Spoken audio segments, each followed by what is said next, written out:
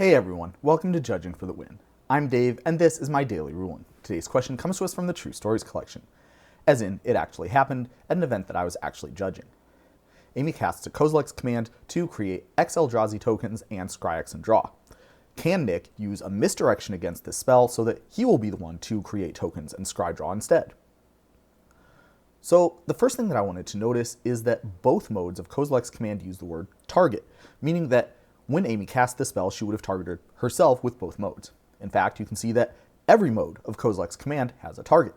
If I was going to guess, the reason all the modes are targeted, even ones that generally only make sense if you're targeting yourself, is because if a spell tries to resolve and all of its targets are illegal, then none of that spell's effects will happen, even effects that have nothing to do with the targets. It would be pretty sad if somebody could sacrifice the creature that you wanted to exile, and that would somehow stop you from getting to create X Eldrazi tokens. A similar phenomenon came up if you wanted to bounce draw with Cryptic command, and I talked about this interaction in a lot more detail in my video about playing Primal command against a treasure token. Having all the modes be targeted gets around this issue, because in order to make all of the spell's targets illegal, you would have to affect the target for each mode that was chosen. So I expect that we probably will see this sort of templating rolled out for all of the choose multiple modes modal spells going forward. Unfortunately, another consequence of this is that because Amy became the target of this spell twice, that means Kozilek's command is not considered to be a spell with a single target, meaning it is not legal to play Misdirection against it.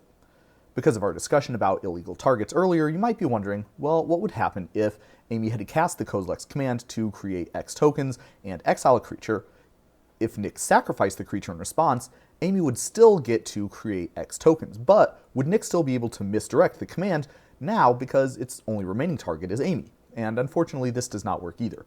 Even though Nick's creature is now an illegal target, the game still considers it to be a target of the Kozilek's command spell, meaning that this is not a spell with a single target in this case either. So what would work here? Well, if we were talking about a Cryptic command, that only has targets for some of the modes, meaning that it could be possible to misdirect that, depending on which modes were chosen. For instance, if Amy wanted to bounce draw, Nick could misdirect that Cryptic command to bounce a different permanent, although Amy would still be the one who gets to draw since the Cryptic command is still her spell. Another idea would be to use something like this Insidious Will against the Kozilek's command.